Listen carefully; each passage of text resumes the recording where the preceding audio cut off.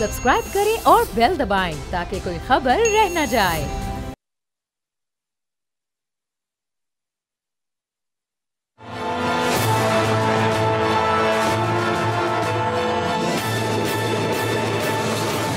अस्सलाम वालेकुम, मैं हूं बाब जहांगीर। आप देख रहे हैं प्रोग्राम तज्जिया। पाकिस्तान का शुमार जनूबी एशिया के उन ममालिक में होता है जो माहौलियाती तब्दीलियों की इस वक्त शदीद जद में है। वर्ल्ड बैंक की एक हालिया रिपोर्ट है जिसके मुताबिक जनूबी एशिया में तकरीबन 80 करोड़ अफराद माहौलियाती तब्दीलियों से शदीद मुतासर हैं। खदशा है कि 2050 तक जनूबी एशिया में माहौलियाती पनागज़ीनों की तादाद 4 करोड़ से तजावुज़ कर सकती है, जबकि इस दौरान खित्ते का सालाना खसारा 160 अरब डॉलर तक जाने का इम्कान है। माहौलियाती तब्दीली से पाकिस्तान को सिर्फ क्लाइमेट चेंज का ही सामना नहीं है, बल्कि फूड सिक्योरिटी, पानी की किल्लत, ग्लेशियर्स का तेजी से पिघलना भी पाकिस्तान के लिए कौमी सलामती का चैलेंज बन चुका है। 2023 में IMF को जमा करवाई गई एक रिपोर्ट के मुताबिक पाकिस्तान मौसमियाती तब्दीली, ज़राअत और फूड सिक्योरिटी पर सिर्फ 30 अरब रुपए खर्च करेगा। IMF ने पाकिस्तान पर जोर दिया है कि वो सालाना मौसमियाती तब्दीलियों और उसके असरात पर अपनी सालाना GDP का 1% यानी तकरीबन 12 खरब 40 अरब रुपए से जायद की सरमायाकारी करे। पाकिस्तान ने सिर्फ गुज़िश्ता एक साल में 10 अरब डॉलर की ज़राई अजनास बैरून ममालिक से इम्पोर्ट की हैं। आलमी कार्बन अखराज में पाकिस्तान का हिस्सा 1% से भी कम है,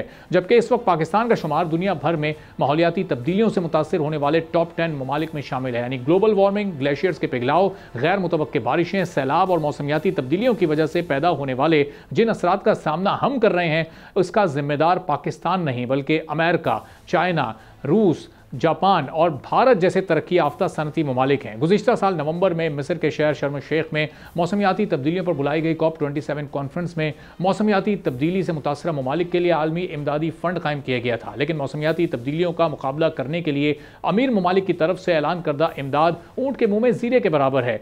गुज़िश्ता रोज़ COP29 से खिताब करते हुए वज़ीर आज़म शहबाज शरीफ ने आलमी बरादरी से मौसमियाती तब्दीली से निमटने के लिए अक़वाम मुत्तहिदा के फ्रेमवर्क के मुताबिक खुसूसी फंड मुख्तस करने का मुतालबा किया। कहा कि मौसमियाती तब्दीली के चैलेंज से निमटने के लिए तरक्की पजीर ममालिक को 2030 तक 6.8 हज़ार अरब डॉलर की ज़रूरत है। लेकिन एक अहम सवाल अब यहाँ पर यह पैदा होता है कि क्या COP29 मौसमियाती तब्दीलियों से निमटने के लिए अपना कोई मौसर किरदार अदा कर सकती है, क्योंकि COP29 एक ऐसे मुल्क में हुई है जो अपनी कुल एक्सपोर्ट का 90% फॉसिल फ्यूल्स को बेच कर कमाता है। फिर दूसरी जानिब अमेरिका है जिसका दुनिया भर में कार्बन गैस के अखराज में सबसे बड़ा हिस्सा है। 2015 में पेरिस में होने वाली कॉन्फ्रेंस में क्लाइमेट चेंज एग्रीमेंट साइन किया गया था, जिसमें तमाम तरक्की याफ्ता ममालिक जो क्लाइमेट चेंज से निमटने में अपना रोल प्ले कर सकते थे, लेकिन 2016 में इख्तिदार में आने के बाद डोनाल्ड ट्रंप ने अमेरिका को उस एग्रीमेंट से बाहर निकाल लिया था। जो बाइडन ने अमेरिका की सदारत करते हुए क्लाइमेट चेंज पर कुछ काम जरूर किया, लेकिन हाल ही में होने वाले अमेरिकी इंतखाबात में अमेरिका की आवाम ने फिर क्लाइमेट चेंज की अहमियत से इनकार करने वाली शख्सियत डोनाल्ड ट्रंप को मुंतखब कर लिया है,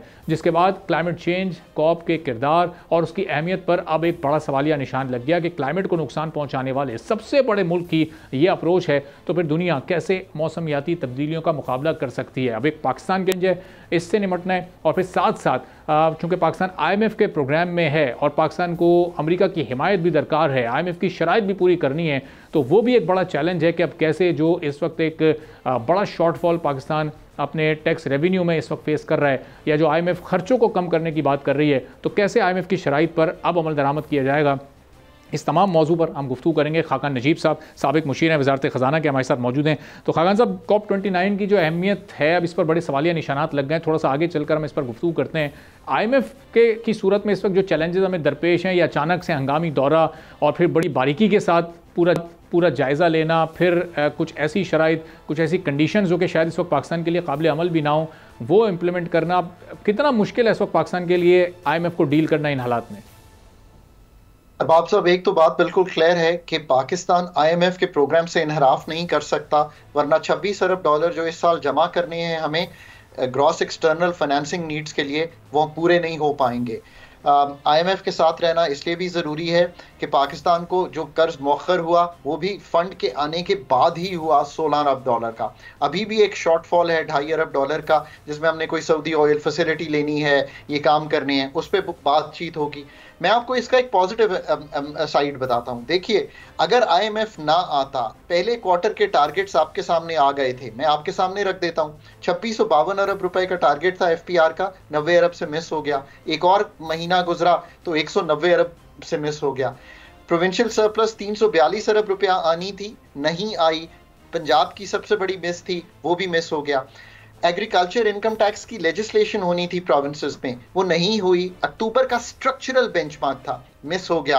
अब अगर ये 3 ही ले लूं मैं, और let's say the fund was concerned, और चौथी चीज कि क्या वो $2.5 अरब ग्रॉस एक्सटर्नल नीड है, हम जितनी जल्दी इसकी कोर्स करेक्शन कर लेंगे उतना ही अच्छा है to stay with the first review जो फरवरी में होगा उसकी कंप्लीशन के लिए।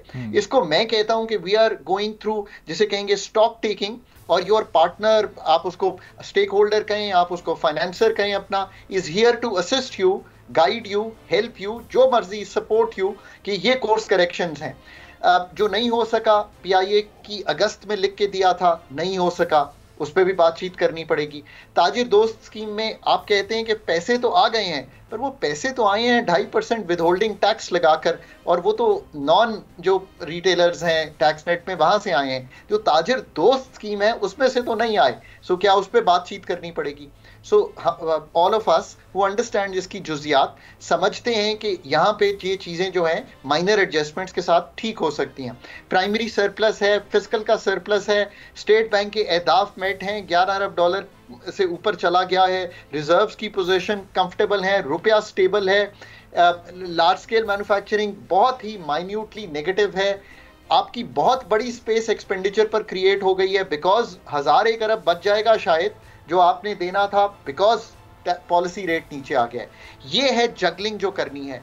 आई am as concerned as everyone else should be कि ये रिव्यू का जो मिड टर्म कोर्स करेक्शन है ये बहुत ही सुकून से गुजर जाए, वो नई चीजें कहेंगे वो कर लें और हम आगे बढ़ें फर्स्ट रिव्यू की कंप्लीशन को। ऐसा भी हो सकता है कि हम क्वार्टरली रिव्यूज पे मूव कर जाएं। पहले पाकिस्तान का जो कंप्लीटेड 13-16 का प्रोग्राम है, the only really completed programme, क्योंकि मैंने वो एंकर किया था उस टीम के साथ पाकिस्तान में, सो आई नो क्वार्टरली रिव्यूज पे होता था और समटाइम्स वो हमें ऑन आवर टोज रखता था। पीडीएल में भी शायद एक शॉर्टफॉल आएगा बिकॉज खपत कम है पाकिस्तान में, हो सकता है गैस टैरिफ की भी कुछ एडजस्टमेंट्स आपको करनी पड़े। अब ये सारी बातें हमने आपके सामने रखी हैं। Everyone should work to getting all these things in place so that जो मैक्रो स्टेबिलिटी आज दिखाई दे रही है उसको सीमेंट किया जा सके। इस प्रोग्राम को ऑन ट्रैक रखना बहुत इंपॉर्टेंट है, इसकी कोई भी दो आरा नहीं है। और इसके साथ साथ एक क्लाइमेट रेजिलिएंट फैसिलिटी है $1 अरब की, जिसकी बातचीत की जा सकती है फंड से। अगर ये सब चीज़ें कर ली जाएं उसको आप COP29 से भी टाई अप कर सकते हैं। ठीक है, तो खालिद साहब ये अभी जो इस वक्त IMF का ये कुछ सरप्राइजिंग विजिट है, ये रिव्यू अनप्लान्ड रिव्यू है, पहले से रिव्यू था होना था, तो फिर ये सारी तैयारी अपना होमवर्क क्यों नहीं कंप्लीट किया गया? फिर तो FBR को ही बड़ा एक्टिवली काम करना चाहिए था, इस शॉर्टफॉल को इतना नहीं बढ़ने देना चाहिए था। ये नॉर्मल अपने रूटीन से हटकर ये रिव्यू है, इस पर भी बहुत सारे सवालात खड़े हो रहे हैं। जी, अगर आप MEFP में जाइए, ये वो डॉक्यूमेंट है जो पाकिस्तान साइन करके भेजता है हाईएस्ट अथॉरिटीज पाकिस्तान की, memorandum of economic and financial policies. बड़ी क्लियरली उसमें हमने लिखा है कि रिव्यू जो है वो फरवरी में होगा 15 मार्च की कंप्लीशन के लिए। सो वो 6 महीने के टारगेट्स पे बेस्ड होगा जो जुलाई टू दिसंबर हैं। तो अरबाब साहब ऑब्वियसली अगर क्वार्टर के ही बाद एडजस्टमेंट्स के लिए वो पाकिस्तान आ गए हैं, इसको अगर उनकी साइड से पॉजिटिव देखें तो वो ये कहेंगे आपको कि हम इसलिए आए हैं कि कोई अगर ऐसी अनप्लान्ड चीज़ें हुई हैं जो कि हुई हैं, दिखाई भी दे रही हैं, चलें मैक्रो फिस्कल फ्रेमवर्क में इन्फ्लेशन ज़्यादा नीचे आ गई, FPR की कलेक्शन उसकी वजह से भी हर्ट हुई, इंपोर्ट कम रह गई, FPR की कलेक्शन हर्ट हुई। सो फिर उसको कोर्स करेक्ट कैसे करना है आपने, और जो चीज़ें नहीं हो सकी उसको कैसे आपने कंप्लीशन की तरफ हमें दिखाना है। अब PIA पे आपका क्या पॉइंट ऑफ व्यू है? क्या ये डिस्टर्ब कर देगा जो आपने वादा किया है कि जनवरी और सितंबर में हम 2 डिस्कोस के काम करेंगे? सो वो you know they want to look forward के पूरे साल के अहदाफ। और जो सबसे इंपॉर्टेंट बात है अरबाब, जो आपको बहुत कम लोग समझा पाएंगे, इज द फॉलोइंग। अगर आप फरवरी तक चले जाते तो इतना वक्त गुजर जाता कि कोर्स करेक्शन इस साल की जो है उसका टाइम ही अगर 3 महीने रह जाता बाकी आखिरी क्वार्टर का, तो शायद वो इम्पैक्टफुल ही ना हो पाती। सो इसलिए अर्लियर कोर करेक्शन आज भी आपको 7.5 माह दे रही है 15 नवंबर से, अगर कोई आपको करने पड़ जाए तो। So in that sense let's take comfort in this कि ये हो जाए, पर authorities have to be very very well prepared. और ये प्रोग्राम डिफरेंट इसलिए है कि चारों प्रोविंसेस जो है वो रोप्ड इन है और उनके पास बहुत से अहदाफ हैं जो उन्होंने पूरे करने। और खान साहब, ये वाला जो सीज़न है, ये नवंबर दिसंबर फिर उसके बाद जनवरी फरवरी का, ये वैसे भी पाकिस्तान के लिए अब रूटीन में बड़ा चैलेंजिंग होता है। स्मोक, फिर ये क्लाइमेट चेंज का जो पाकिस्तान में इस वक्त इफेक्ट है, COP29 हो रही है, वहाँ पर हमारे प्राइम मिनिस्टर भी मौजूद हैं, उन्होंने भी खिताबात किए, लेकिन अभी तक अमली तौर पर जो बड़े ममालिक हैं वो उसको एक्सेप्ट करने पर उस तरीके से तैयार ही नहीं है, वो फंडिंग करने पर तैयार नहीं है। अब अमेरिका में डोनाल्ड ट्रंप आ गए हैं, तो ऐसी सूरत हाल में अब इसका क्या, क्लाइमेट चेंज की जो फंडिंग है तरक्की पजीर ममालिक को, वो किस तरह से मिल सकेगी जब तक दुनिया की सबसे बड़ी ताकत और सबसे बड़ी इकॉनमी उसको कोई हकीकत तस्लीम ही नहीं करेगी? तो फिर ऐसी कॉन्फ्रेंसेस का, इस तरह के इवेंट्स का फ़ायदा क्या आपकी नज़र में? सो एक तो बात यह है कि हम $1 बिलियन की जो क्लाइमेट रेजिलियंस फैसिलिटी है फंड की, उसके लिए अब क्वालिफाई कर गए हैं, जो भी क्वालिफिकेशन क्राइटेरिया था। तो आई रियली होप कि वो डिस्कशन हो रही हो। जहाँ तक COP29 का ताल्लुक है, जो पिछली फंडिंग $10 अरब की हमने जनीवा में जाके की थी, और जो UN अब कह रहा है कि $700 मिलियन के सिर्फ प्लेजेस हैं इस वक्त जो मौजूद हैं। पाकिस्तान के तो जो लॉसेस ही हैं वो मतलब इतने ज़्यादा थे जो हमने टोटल कैलकुलेट किया। मत भूलिए 1700 deaths, massive displacement, destruction of houses and crops, और इसके बाद 2024 में पाकिस्तान में एक हीट वेव भी आई थी जिसको हम भूल जाते हैं। सो ऑब्वियसली बहुत ही ये एक डिस्टर्बिंग पिक्चर है। अब अगर हम ये डेट लेकर ये काम करना चाहें तो ये हमारे लिए मुश्किल होगा। एक फिगर आपके सामने रखता हूँ, और पाकिस्तान ऑन इट्स ओन बहुत बेहतर करे। 82% of the energy produced in the world is still done from fossil fuels. Pakistan में ऐसा नहीं है।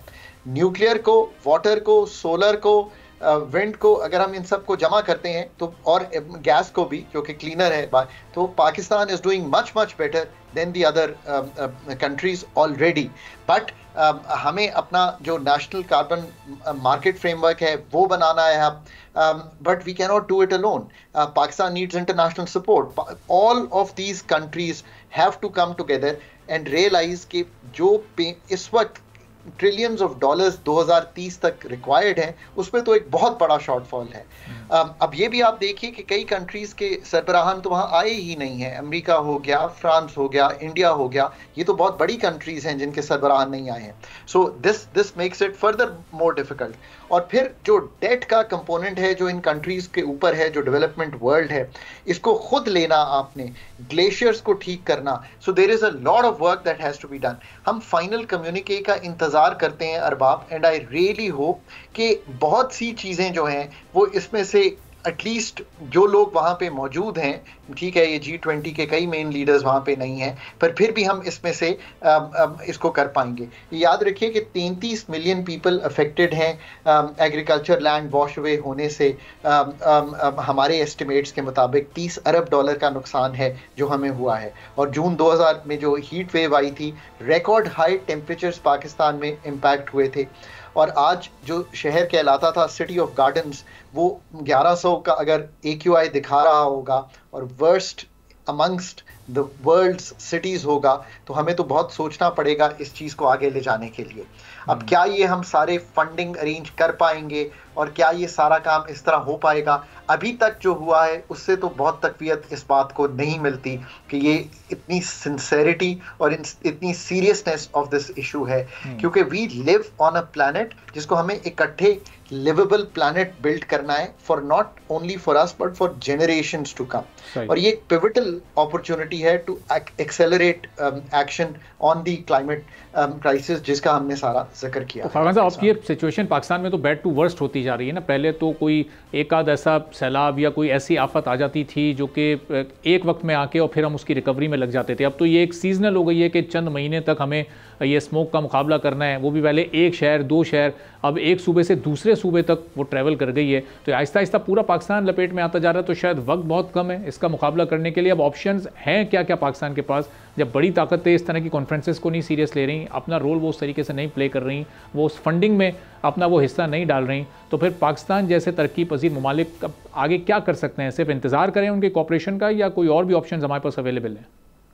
अरबाब साहब, ये तो बात माने ना कि इस वक्त ट्रांसपोर्टेशन का बहुत बड़ा हिस्सा है जो लाहौर और गिरदोनवा के जो शहर हैं वो जो देख रहे हैं, मतलब एक बहुत बड़ी परसेंटेज तो इनसे आ रही है। एक नंबर एक बात है, इसको माने। अब इसको तब्दील करना तो आपका काम है ना।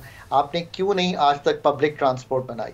मैं एक बड़ी बात सामने रखूं, आपने सारे पाकिस्तान में मोटरवेज का जाल तो फैलाया, पर इसको भी सोचना पड़ेगा कि अब हमने रेल लिंक्स को कितना बढ़ाना है जो कि पोल्यूशन नहीं करते, और इस ट्रैफिक को कैसे वहां पे मूव करना है। सो ये दोनों बातें तो हमारे हाथ में है। तीसरी बात, शहर चूंकि फैलते चले गए और जो इंडस्ट्रियल एरियाज हैं वो तो शहर में एक तरह से जम हो गए हैं लाहौर में, उस इंडस्ट्री को एक्शन करके शहर से 10 किलोमीटर बाहर कैसे लेकर जाना है, ये भी हमारे हाथ में है। चले, मैंने ये 3 फंडामेंटल चीजें आपके सामने रखी हैं। इन तीनों पे काम करने के लिए फंड्स तो जरूर दरकार हैं हमें, और वो हमें मांगते रहना चाहिए इन टर्म्स ऑफ प्रोजेक्ट्स, वो भी आपने बनाने हैं। पर असल बात तो यह है कि इस पे आज तक स्कूलों को बंद करना तो हेल्थ हैजर्ड को रोकने के साथ ताल्लुक रखता है, पर ये 3 एक्शंस जो हैं ये लेना तो इनका हमारे से ताल्लुक है, ना कि इसका ताल्लुक किसी और मुल्क से हो। मैं आज भी कहता हूं कि ये जो वक्त और स्पेस आईएमएफ के साथ मिली है, जब तक हम अपने फंडामेंटल फैसले नहीं कर लेते, चाहे वो पाकिस्तान की पॉपुलेशन का बढ़ाना हो,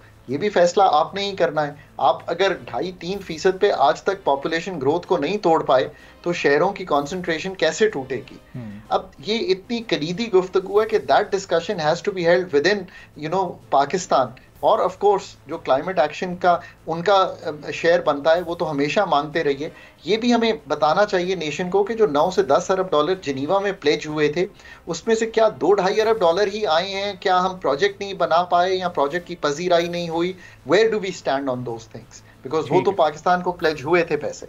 बहुत बहुत शुक्रिया खाका नजीब साहब, साबिक मुशीर वज़ारत ख़ज़ाना। एक छोटा सा ब्रेक लेते हैं, ब्रेक के बाद जब वापस आएंगे तो हमारे माशियात अशफाक तोला साहब हमारे साथ मौजूद होंगे। अब जो चैलेंजेस हैं इस वक्त IMF की डिमांड्स की सूरत में कैसे हुकूमत पाकिस्तान उनका मुकाबला कर सकती है, एक ब्रेक के बाद इस पर मज़ीद बात करेंगे।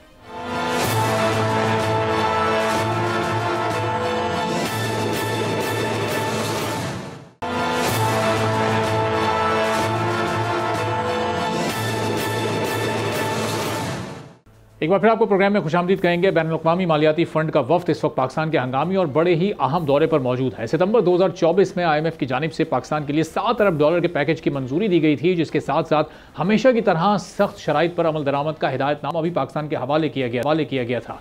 IMF प्रोग्राम मिलने के बाद अब एक तरफ मुल्की मईशत को इस्तेहकाम ज़रूर मिला है, लेकिन दूसरी जानिब हुकूमत पाकिस्तान को IMF के दिए गए टारगेट्स को अचीव करने में मुश्किलात का सामना करना पड़ रहा है, जिस पर IMF की जानिब से सख्त तशवीश का इजहार भी किया जा रहा है। रवा माली साल की पहली तिमाही में टैक्स अहदाफ को पूरा करने में FBR को नाकामी हुई है। नए टैक्स इकदामात, मौशी इस्लाहात में सुस्त रवि, IPPs के साथ मुज़ाकरात, तवानाई सेक्टर के गर्दिशी कर्जे समेत कई अहम उमूर पर इस वक्त IMF की सख्त नज़र है। IMF ने हुकूमत को ताजिर दोस्त स्कीम के तहत ताजिरों से रवा माली साल की पहली तिमाही के दौरान 10 अरब रुपए का टैक्स वसूल करने का हदफ दिया था, लेकिन हुकूमत सिर्फ 17 लाख रुपए ही जमा कर सकी है, जो कि हदफ का 0.0017% है। पाकिस्तान की जानिब से IMF को ब्रीफ किया गया है कि रवा माली साल की पहली तिमाही के दौरान टैक्स मशीनरी ने रिटेलर्स, थोक फरोशों और डिस्ट्रीब्यूटर्स से 11 अरब रुपए जमा किए हैं, लेकिन ताजिर दोस्त स्कीम के बारे में तवक्कुआत पूरी नहीं हो सकी। जायजे के दौरान IMF की तरफ से 2 तजावीज़ दी गई, या तो मिनी बजट के जरिए आवाम से टैक्स वसूल करके 189 अरब रुपए के रेवेन्यू डेफिसिट को पूरा किया जाए,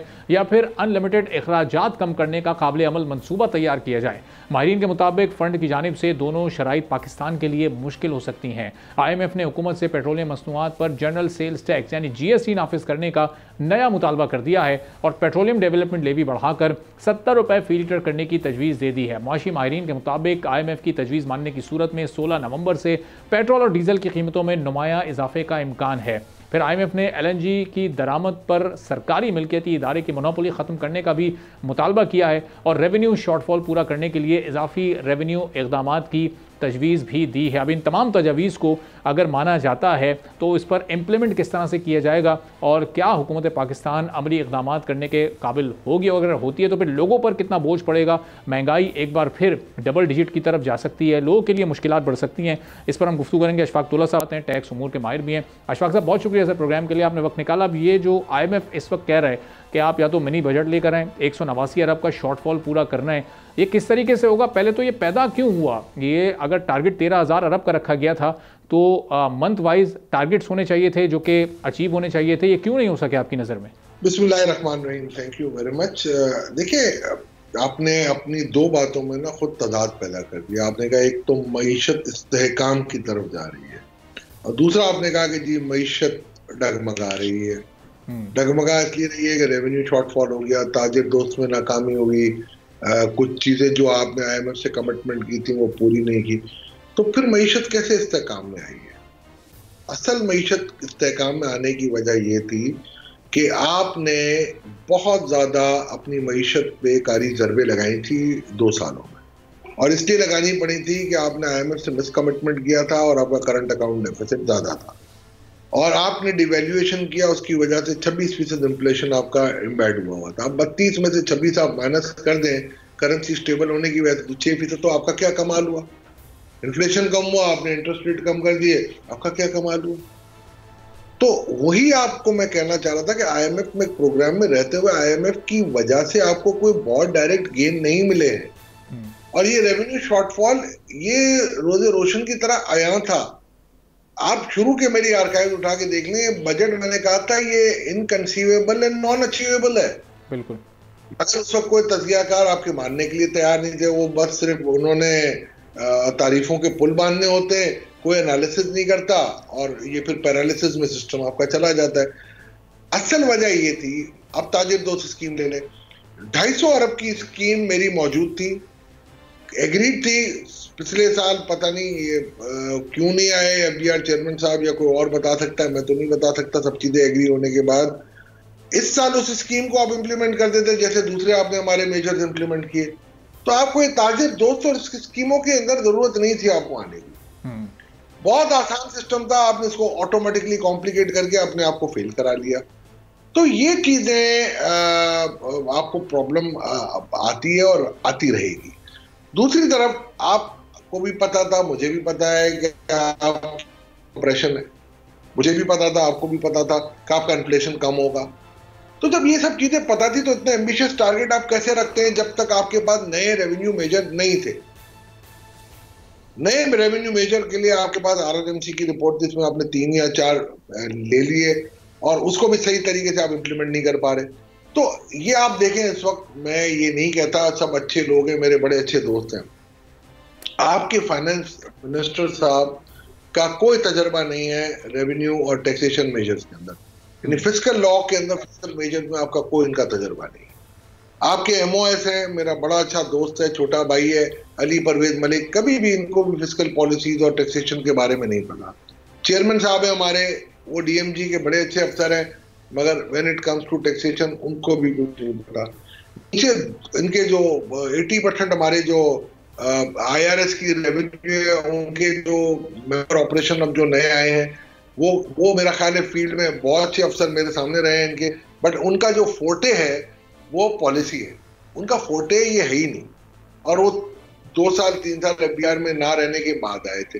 तो सर आप कंपोजिशन ऑफ द टीम दे, कोई इनके पास ऐसा फिगर हेड नहीं है स्पेयर हेड कर सके जो कि बीआर को देखे, बीआर को जानता हो, रेवेन्यू मेजर टैक्सेशन सिस्टम को जानता हो। 3 पोजीशंस में से एक कोई ऐसा होना चाहिए कि जो इस चीज को जानता हो और वो कॉम्प्रीहेंड करके आगे लेके चले बीआर।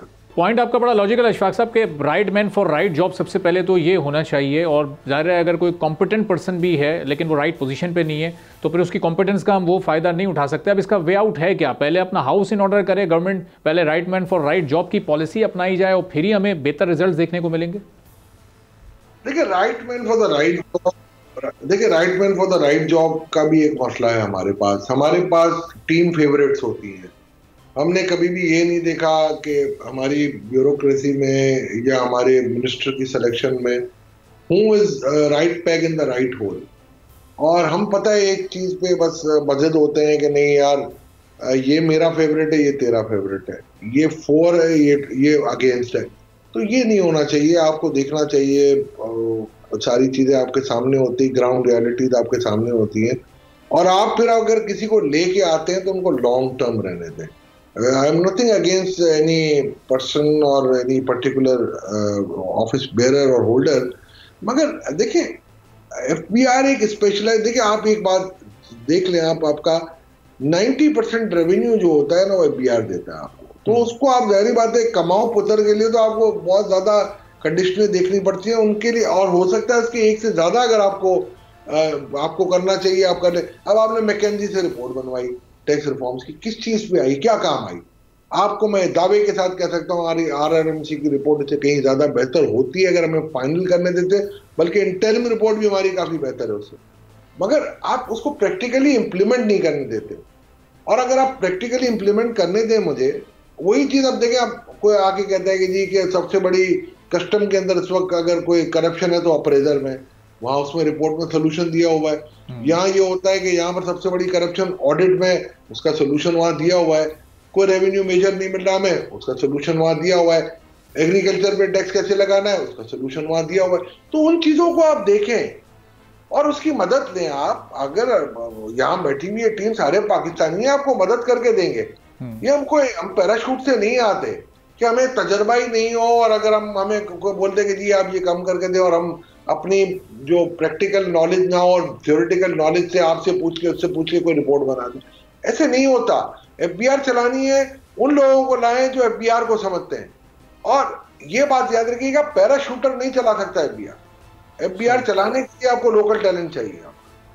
तो अब एक एवरेज अशफाक साहब इस वक्त एफबीआर पर मंथ 47-48 अरब का जो इस वक्त एक शॉर्टफॉल का इसको सामना है, अब इसका वे आउट होगा क्या? ये कोई मिनी बजट अब कंफर्म है कि वही आएगा, उसी से फिर ये खसारा पूरा हो सकता है, या फिर टैक्स नेट को ब्रॉडन किया जा सकता है? चूँकि रिफॉर्म होता तो हमें कहीं कोई खास नज़र नहीं आ रहा, कोई इंप्लीमेंटेशन भी नज़र नहीं आ रही। ताजिर दोस्त स्कीम बुरी तरह नाकाम हुई, 1 लाख ताजिरों ने अपने आप को अभी तक उस पर रजिस्टर नहीं किया। जिन्होंने रजिस्टर भी किया है तो उन्होंने अपने नील रिटर्न्स फाइल किए हुए हैं। टैक्स कलेक्शन तो कुछ भी नहीं है, वो 10 अरब का टारगेट रख के आप 17 लाख अभी तक जमा कर पाएँ। तो अब होगा कि आगे बढ़ना कैसे है? अगर ये इसी तरह से हम खसारे में जाते रहे तो 13,000 अरब की जगह क्या साल के आखिर में हम 10,000 अरब पे खड़े होंगे? अरबाब, ये तो 13,000 का तो टारगेट ही गलत था। आप अपनी मईशत को देखते हुए नहीं चल रहे हैं।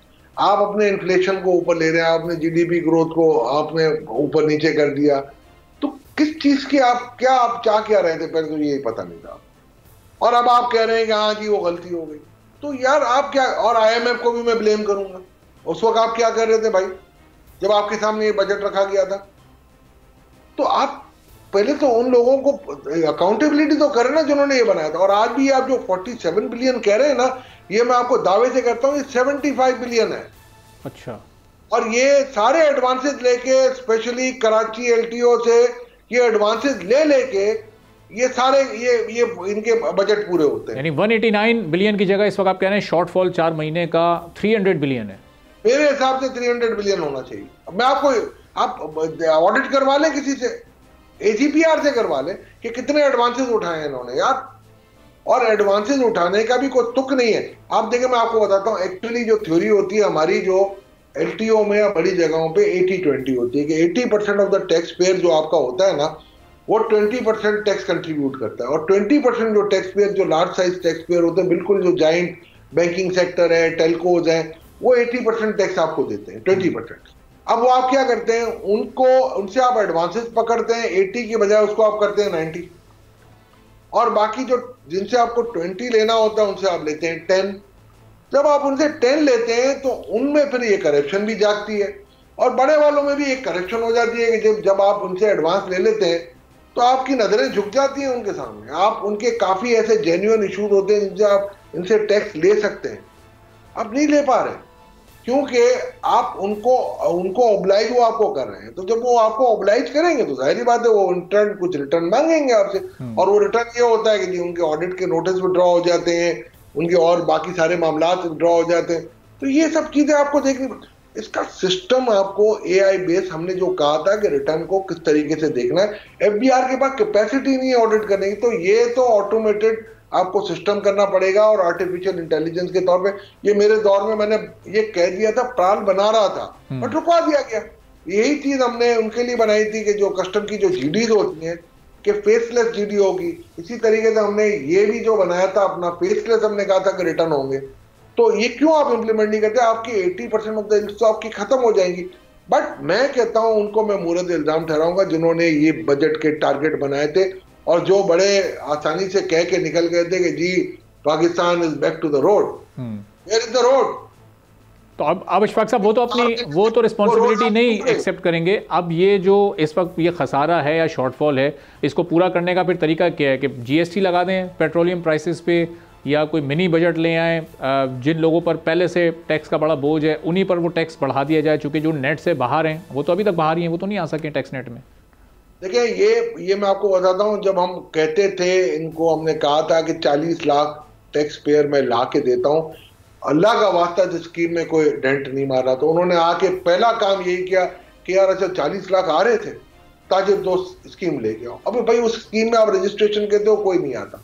हमने इनको बिल्कुल कैंडी फ्लॉस दिया था कि जी आप आ जाएं हमारे सिस्टम में, हम आपका 1% टैक्स काटेंगे, 3 करोड़ से नीचे जो भी ताजिर है उसको फुल एंड फाइनल कर देंगे, 3 करोड़ से ऊपर वाला है इसको मिनिमम कर देंगे। हम आपका डेटा उनसे ले लेंगे जो आप परचेज कर रहे हो, वो आपको दे देंगे 2 साल 3 साल 4 साल 5 साल हम आपको नहीं पूछेंगे, फिर आप स्लोली ग्रेजुअली सिस्टम में आ जाना।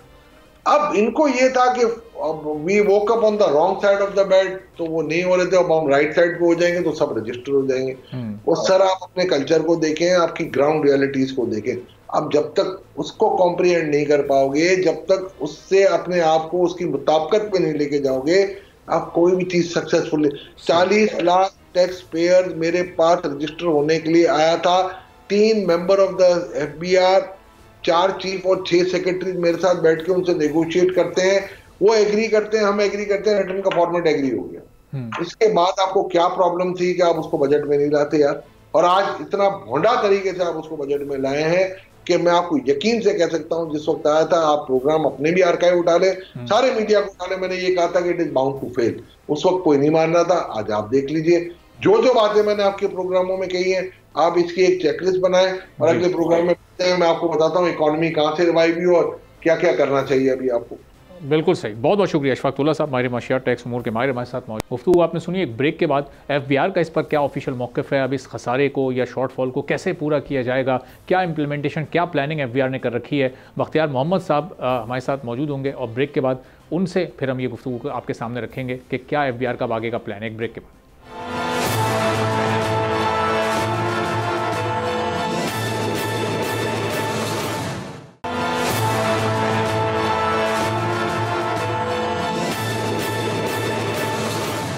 एक बार फिर प्रोग्राम में आपको खुशामदीद कहेंगे। और अब FBR की क्या पॉलिसी है कि उसके तहत ये 189 अरब का शॉर्टफॉल पूरा किया जाए, या फिर जो IMF की टर्म्स हैं उनको किस तरह से पूरा किया जाएगा। क्या खर्चे कम करना हुकूमत के लिए ज़ाहिर एक बड़ा लॉन्ग टर्म प्रोसेस और मुश्किल प्रोसेस हो सकता है। FBR को ही अपनी परफॉर्मेंस को रिवाइव करना पड़ेगा। आगे के प्लान्स हैं क्या, ताजिर दोस्त स्कीम क्यों नाकाम हुई और इसका ऑल्टरनेट प्लान क्या है। जो शॉर्टफॉल आ रहा है उसको FBR अब दरअसल कैसे पूरा करेगा। क्या जो पहले से टैक्स पेयर्स हैं उन्हीं पर टैक्स लगाया जाएगा। आज दोपहर में प्रोग्राम व्यापार में हमारे साथ मौजूद थे FBR के तर्जुमान बख्तियार मोहम्मद साहब, और ये तमाम सवालात उनके सामने हमने रखे हैं और उन्होंने इन सवालात के क्या जवाब दिए हैं ये मुलाहिजा कीजिएगा। तो बख्तियार साहब, ये जो 4 महीने का इस वक्त शॉर्टफॉल सामने आ रहा है 189 अरब का, इसको अब कैसे FBR पूरा करेगा। फिस्कल ईयर बड़ी तेज़ी के साथ गुजर रहा है और जो 13,000 अरब का टारगेट आप लोगों ने रखा है वो अचीवेबल तो नहीं नज़र आ रहा इस 4 महीने की परफॉर्मेंस के बाद। थैंक यू वेरी मच जी, मुझे मौका देने का। इशू ये कि हमारे जो टैक्सेस आते हैं वो इस तरीके से यूनिफॉर्म नहीं आते कि हर महीने में कुछ फिक्स आ रहे होते हैं, ये आखिरी महीनों में बढ़ते हैं। तो हम इंशाल्लाह अपनी पूरी एफर्ट्स में लेके हुए कि अगले महीनों में जो हमारे परसेंटेज होगी वो ज्यादा होगी इंशाल्लाह। कोशिश करेंगे कि इसको हम अगले महीनों में रिकवर करें इंशाल्लाह। अच्छा, और उसका तरीकाकार क्या होगा। जो ऑलरेडी टैक्स पेयर्स हैं उन्हीं पर मजीद टैक्स लगाया जाएगा, या जो भी sectors out of tax net हैं उनको टैक्स नेट में लाने के लिए कोई प्लानिंग। मजीद टैक्सेस तो हम नहीं लगा रहे ना फिलहाल, वो तो ऐसी कोई बात नहीं है। हमारा प्रोसेस तो बड़ा कॉम्प्लिकेटेड होता है। सेल्स टैक्स का अलग है, इनकम टैक्स का अलग है, वो प्रोसेस फॉलो होते हैं। उसमें टैक्स डिमांड आता है, वो डिमांड पे रिकवरी होती है। इस तरीके से सेल्स टैक्स के भी हमारे जो प्रोसेस फॉलो करते हैं। तो हम ये नहीं करें कि कोई टैक्स रेट बढ़ा रहे हैं या किसी के ऊपर टैक्स बढ़ाएंगे। नॉर्मल जो इस वक्त सिस्टम है उसी में से इंशाल्लाह रिकवरी होगी। और बख्तियार साहब, मिनी बजट लाना या पेट्रोल प्राइसेस पर सेल्स टैक्स बढ़ाना ये FBR का डोमेन तो नहीं है, ये डिसीजन तो टोटली हुकूमत ने लेना है। इसमें FBR की कोई तजवीज़, पॉलिसी डिसीजन ये हमारा काम नहीं है। पेट्रोल पे वो भी हमारा काम नहीं है, तो पॉलिसी तो गवर्नमेंट का काम है, फेडरल गवर्नमेंट का। तो ये जो 4 महीने का शॉर्टफॉल ये अराउंड 189 अरब रुपए है, ये फिर ये क्यों इस वक्त पैदा हुआ है। ये तो हम जब रिफॉर्म्स की तरफ जा रहे थे तो बड़ी तेजी के साथ, ये तो 189 अरब प्लस में होने चाहिए थे, ना कि हम माइनस में चले जाते। क्यों ये परफॉर्मेंस मुतासिर हुई FBR की। देखिए, रिफॉर्म्स ऐसा नहीं होता कि ओवर द नाइट आपने चीजें चेंज कर ली और अगले सुबह से उसके रिजल्ट आने शुरू हो जाते हैं। रिफॉर्म तो बहुत स्लो प्रोसेस होता है और इसकी जो इम्पैक्ट आता है वो बड़ा लेट आता है, बिकॉज आपने सिस्टम को चेंज करना होता है, आपने कैपेसिटी बिल्डिंग बढ़ानी होती है, आपने दूसरे जो प्रोसेसेस है उनको आपने अलाइन करना होता है, तो उसमें टाइम लगता है। वो ऐसा नहीं होता कि आपने रिफॉर्म कर लिया अगले दिन से चीजें बढ़ने शुरू हो जाएंगे, तो इट विल टेक टाइम। इंशाल्लाह इसके इम्पैक्ट बड़े जबरदस्त आएंगे। अब डिजिटाइजेशन की तरफ जा रहे हैं इंशाल्लाह। अच्छा, यानी किसी भी एक आम शख्स पर कोई टैक्स मजीद नहीं बढ़ने वाला जो पहले से टैक्स पेयर्स है, ये तय है। जो 189 अरब का शॉर्टफॉल है, इसको अगर आप ये लेंगे कि हम कोई टैक्स रेट बढ़ाएंगे या किसी के ऊपर पहले 10% आप 12% होगा, वो तो नहीं होगा, वो तो नहीं होने लगा। हाँ, 10% के अंदर जिसने जितना टैक्स देना है वो टैक्स अगर उसने कम दिया तो हम उससे ज्यादा ले लेंगे, वो हम कर सकेंगे, क्योंकि हम देखेंगे कि उसको इतना टैक्स देना था उसने नहीं दिया। इसी सिस्टम के अंदर हम कोई रेट फिलहाल कोई नहीं बढ़ा रहे हैं। जो ताजिर दोस्त स्कीम के जो टारगेट्स है वो तो नहीं अचीव हो सके, तो अब उस पर क्या करना है? कोई ऑल्टरनेट उसका सोल्यूशन आप लोग लेकर आए ताजिरों से? अब जो वो कोई 25 अरब का टारगेट था जो लेना था, और ये अभी कोई 13 से 17 लाख का ही फिगर आ रहा है, ये तो ना होने के बराबर है। तो ये उनसे अब कैसे टैक्स कलेक्ट करना है आप लोगों ने? मैंने वही अर्ज किया ना कि हमारे टैक्सेस के जो प्रोसेस होते हैं वो बड़े लंबे होते हैं। वो ये नहीं होता कि आज आपने प्रोसेस शुरू किया और अगले दिन से टैक्स आना शुरू हो जाएगा। इसमें थोड़ा सा टाइम लगता है, लेकिन जब आएगा इंशाल्लाह तो आप देखेंगे। अब जरा वेट करें, मार्च अप्रैल तक इंशाल्लाह आपको ये टारगेट अचीव होते हुए नजर आएंगे इंशाल्लाह। अच्छा, तो कोई ऑल्टरनेट प्लान है ताजिर दोस्त स्कीम के ऑल्टरनेट पे आप लोगों के पास, या अगर आपको ज़राई शोबे को टैक्स नेट में लाना है तो उसका कोई ऑल्टरनेट प्लान है? अल्टरनेटिव प्लान नहीं, इसी स्कीम को इम्प्लीमेंट करने में मैंने अर्ज किया ना कि टाइम लगता है चीजों को मैच्योर होने में हमारा। क्योंकि हम सपोज किसी को टैक्स लगाते हैं, वो जाता है अपील में, फिर उसके बाद सेकंड अपील में, फिर हाई कोर्ट में जाता है। ये जो प्रोसेस होते हैं उससे हमारे जो है ना वो चीजें स्लगिश हो जाती हैं, जिसकी वजह से हम कहते हैं आप रिजल्ट क्यों नहीं आता। तो टाइम लगता है चीजों में, टैक्स के प्रोसेस लंबे होते हैं। तो किसी भी प्रोजेक्ट के इम्प्लीमेंटेशन के लिए 5-6 माह कम होते हैं, चूंकि अब इस स्कीम को तो कोई 5-6 माह से ज़्यादा हो चुके हैं। जुलाई से पहले लोगों ने अपने आप को इसमें रजिस्टर करना था, फिर वो तारीख बढ़ती गई, तो नई लोगों ने रजिस्टर किया, अभी भी वो कोई 6 फिगर्स तक भी नहीं पहुंच सके, लाख ताजिर भी उसमें रजिस्टर नहीं है। तो फिर ये अब कैसे इंप्लीमेंट हो जाएगा अचानक से? देखिए, लास्ट डेट जो थी ना, आप ये ध्यान में रखिए कि लास्ट डेट 31 अक्टूबर थी, जो कि गुजर गई है रिटर्न की, ठीक है ना। अब जब वो जिन्होंने रिटर्न फाइल नहीं की तो उनके खिलाफ हम प्रोसीडिंग शुरू करेंगे, तो उसमें भी टाइम लगता है। फिर आप जब उसको रिटर्न फाइल करवाएंगे, उसके बाद उसने ठीक फाइल करे, गलत फाइल करे, वो डिटरमिन करने में भी टाइम लगता है। मैंने अर्ज किया ना कि ये टैक्स के प्रोसेस इस तरह नहीं होता कि वो इधर से आपने कर दे उधर से रिजल्ट आना शुरू हो गया, इसमें टाइम लगता है। लेकिन हम we are after those who haven't paid the tax, due tax. चले due tax तो वो हम देंगे इंशाल्लाह। 31 अक्टूबर को वो तारीख खत्म हो गई। 1 नवंबर से अभी जब हम बात कर रहे हैं 13 नवंबर तक, इन 13-14 दिनों में अभी तक कितनी का क्या कार्रवाइयां की हैं एफबीआर ने? देखिए, अभी तक तो हम सिर्फ अपने रिकॉर्ड को सेट करें कि किसने फाइल नहीं किया। अब जारी जिन्होंने फाइल नहीं किया और जिनको फाइल करना था उनके खिलाफ प्रोसीडिंग इंशाल्लाह शुरू हो जाएंगी 3rd-4th वीक में, और ये सिस्टम चलता रहेगा। अच्छा, तो आप नहीं समझते कि 1 नवंबर से ही कार्रवाई का आगाज हो जाना चाहिए था? ये होमवर्क जो कि 31 अक्टूबर तक मुकम्मल होना था। ऐसे नहीं हो सकता। बिल्कुल देखिए, इस तरह थोड़ी अंदाज उनके में जाके पकड़। हमने अभी अपने सिस्टम को, लाखों के टैक्स पेयर्स हैं हमारे, उनको रिकंसाइल करके जिन्होंने रिटर्न फाइल नहीं की उनके खिलाफ प्रोसीडिंग शुरू करेंगे। ये बिल्कुल रेस्ट अश्योर्ड, डोंट वरी। और क्या प्रोसीडिंग्स होंगी, क्या कार्रवाई होगी? जिसने नहीं अपना रिटर्न फाइल किया हुआ उसको अब क्या क्या मुश्किलात दरपेश होंगी एफबीआर की तरफ से? देखिए, जिसने रिटर्न फाइल नहीं किया वो नॉन फाइलर हो गया।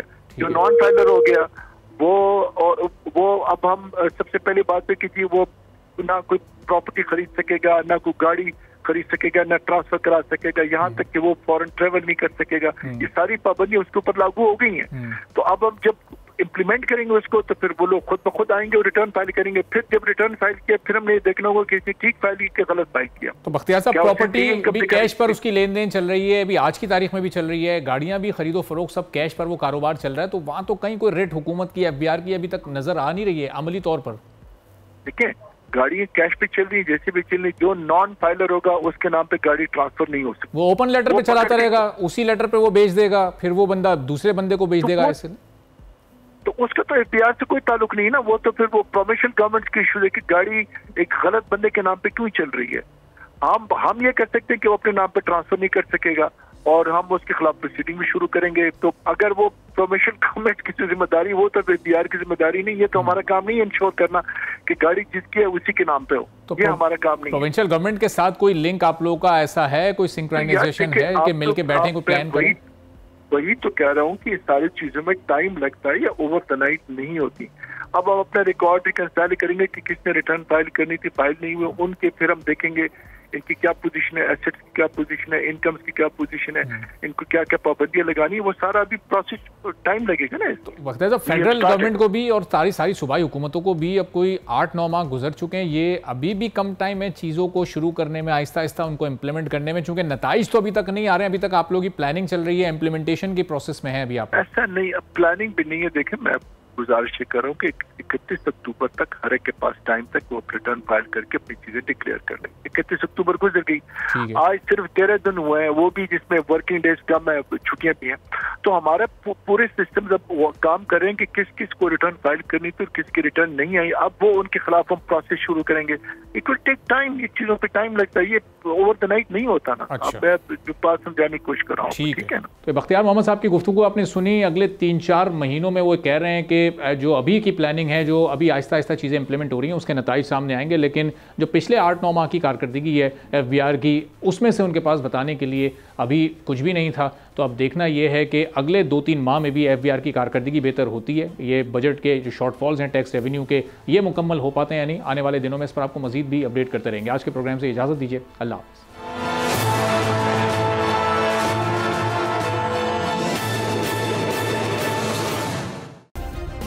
सब्सक्राइब करें और बेल दबाएं ताकि कोई खबर रह न जाए।